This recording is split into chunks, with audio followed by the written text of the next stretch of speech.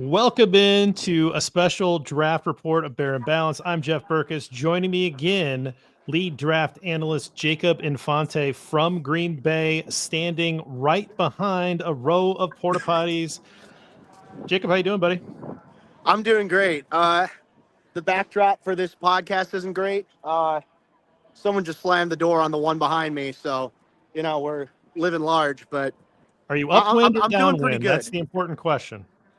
Sorry. Are you upwind or downwind of those porta potties? Uh, I'm behind. I'm Okay, well, behind. we might want to fix that for the next one. All Wait, right. no, no. Well, yeah. So I mean, they're not coming out this way. They're not coming out Well, this way. I meant upwind, right? Like the Oh, smell of the porta potties. oh, the smell. Oh, I don't smell anything. Things are Okay, fine for great. right now. Yeah. So, Good event yeah. so far. Haven't been trashed yet. Oh, yeah. We're going to be talking about somebody who's a little bit of a surprise for me, but I think that you're going to be really excited about this pick. Wide receiver Luther Burden the third out of MIZ. ZOU. All right, as an alum, you have to be a little excited about this. Let's start off. Let's start off with who the player is, and then we'll get into fit and what do you think he's going to be able to do right out of the gate. Yeah, so I'm personally a big fan of this pick. I mean, obviously, I'm sure there's some bias for it because, I grew up, well, not grew up, literally, I've been watching Burden these last few years, watching him develop as a player, and I had him as the number 18 overall player on my board. Wow. Okay. So to have him here for the Bears at 39 is something that I'm extremely excited about. I think his best fit at the next level is probably as a slot receiver. Mizzou's tried him out wide to start, but once they kept him going in the slot, he was able to be a lot more productive there. That's where he had his All-American season, primarily out of the slot in 2023. The numbers went down a little bit in 2024. I think a lot of that came down to kind of gimmicky usage from Mizzou's offensive coordinator. But on the field, you're getting probably the best receiver after the catch in this draft class. Honestly, it's kind of funny because my comparison for him for a lot of this draft cycle has been DJ Moore. So it's kind of funny now to see him ending up on the same team as DJ Moore. I think whenever the Bears want to use 11 personnel, he's going to be their wide receiver 3. I mean, I've seen enough out of him to think he'll be a starter in the NFL right away. Uh, Still improving as a route running technician, but he has come a decent amount of way since when he first came to Mizzou as a super raw 5-star prospect, incredibly gifted athletically, fast, agile, powerful, contact balance, I think is the best of any receiver in this class. Good ball skills, even if he doesn't have the largest catch radius. He's physical and he tracks the ball really well. So that's my ramble. I don't know if you can tell I'm a little excited about this. Yeah. So Yeah, I mean, yeah, well, you said number 18 overall player. He goes number 39 overall. I'm looking at Dane Brugler's breakdown. His big board, he had him at number 27 overall, so a little bit later than you, but he still had him as wide receiver 3. I don't know where he was at in terms of your positional ranks, but probably 2 or 3 as well. So, I mean, this is a pedigree player. Maybe just dropped for whatever reason there is. Nothing to do with him. Just teams focusing on the trenches early on in this draft. And so you've added another weapon for Caleb Williams, another chess piece for Ben Johnson as he creates this offense for Caleb Williams. And now you've got Roma Dunze, who was a top 10 pick last year. You've got you've got 2 rookies with the first 2 picks of the Ben Johnson era. You've got DJ Moore, an established really good player, borderline star player in this league. Cole Kmet, who is a very solid tight end. I mean, this is, arguably up there with one of the best, receiver sets in the entire league at this point.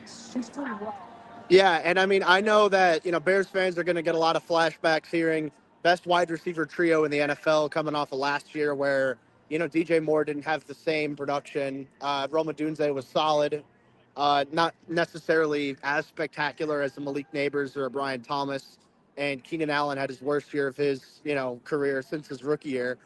But I do think still this trio is one of the better wide receiver trios in the league. Is it the best? I don't know, But when you factor in Cole Kmet at tight end, when you factor in Colston Loveland now you're bringing in at tight end, I mean, you have DeAndre Swift at running back. I don't know what they're going to do. They did trade down. They traded down, so maybe they take a running back with one of those picks. But I do think that the offense, a lot of options for Ben Johnson, a lot of versatility, a lot of athleticism, too. And even when you factor in Olamide Zaccheaus here, Devin Duvernay, Tyler Scott, there's a lot of speed at receiver. Bring in Loveland, there's speed at tight end, speed at running back and Swift. So I think that's the name of the game. And while I think that, I mean, on paper, I was more excited about the Bears receiver trio, like going into that year as far as production went. I'm more excited about this trio now for the long term. And overall, looking at the group of weapons, I think that this is deeper than last year. And you have a much better offensive line to work. So it's exciting stuff. It's not the direction I thought they were going to go. I didn't think they'd take a receiver this early, but Luther Burden, man, that's that's a guy to be excited about. Well, and sometimes the board falls to you, and you have the value, and you take what's in front of you, and you build around that. You mentioned that his best fit's probably in the slot, but he is a 6 foot tall. He's not like he's a 5'8" or anything like that. He's 6 feet tall. 206 pounds. Speedy guy. So like you said, run after the catch. That helps any quarterback at any time, right? If you can get him the ball in space, and he can make something happen. Is there anything that you think, you mentioned route running's maybe not as crisp as you'd like at this stage, but anything else that maybe he needs to work on early that you'd like to see improvement at the next level? I mean, I'd say the route running, honestly, is the most consistent thing. I think part of it is Mizzou didn't have him running a super deep route tree. They used him a lot on screens, jet sweeps, end arounds, and obviously that's part of the allure with him is you can move him in a lot of different ways, but they didn't necessarily use like an NFL quality of depth of a route tree. So I think the route salesmanship and the ability to disguise route concepts through stems is something he can improve on. I think when he's in the slot, that's where he's at his best because I feel like he has a good sense of how to exploit soft spots and zone coverage across the middle of the field. He just knows how to sit there, whether it's the depth or the pattern specifically, making the slight adjustments to keep himself open and serve as a reliable security blanket.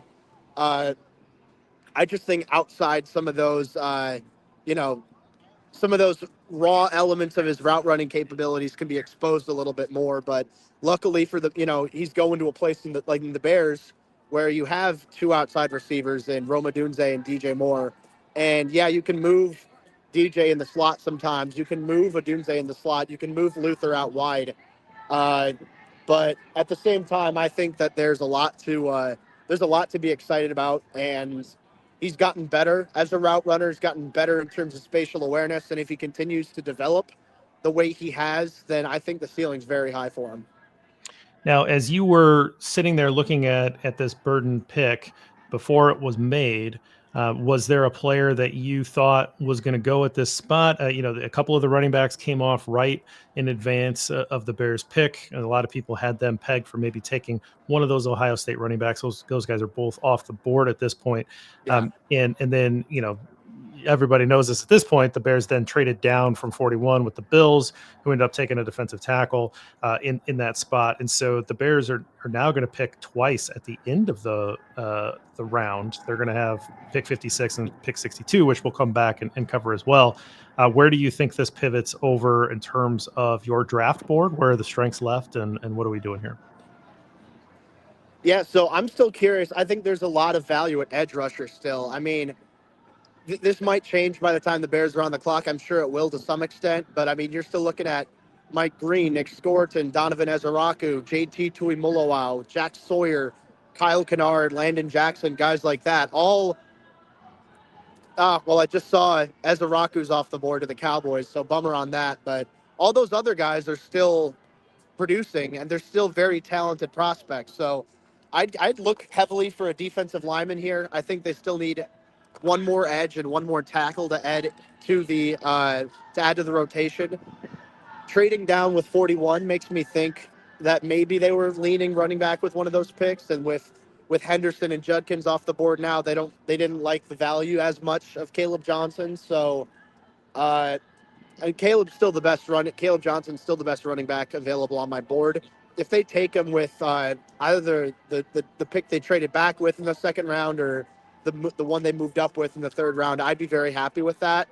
But I think it is the right call to try and trade down, especially with the value we're able to get, and then being able to take whatever that pick was in the 200s in the seventh round and move that up into the fourth round. I mean, it's it's exciting. It's exciting for sure. Yeah, it looked like they didn't necessarily grow, gain additional picks, but they improved some of the picks that they were at. So that's, we'll get into the trade specifics on the next episode that we cut here. But back to Burden, one more chance to kind of give a grade, instant reaction grade, either with the Mizzou bias or without the Mizzou bias, and how you think that this is going to fit in the overall scheme, and just how pumped you are. I can see that you're pretty jacked about this. Yeah, so I'd have to go back and double check because, I'm here in Green Bay, so I don't have my laptop out and I'm not, checking my board compared to the picks, but I'm pretty sure Burden was my second overall player that I had still available on my board. So I think when I look at that, I see tremendous value. I see a tremendous fit. I see someone who's only a junior. Both he and Colston Loveland declared early for the draft, so they're both young. Tremendous athletic upside. There's a lot to like.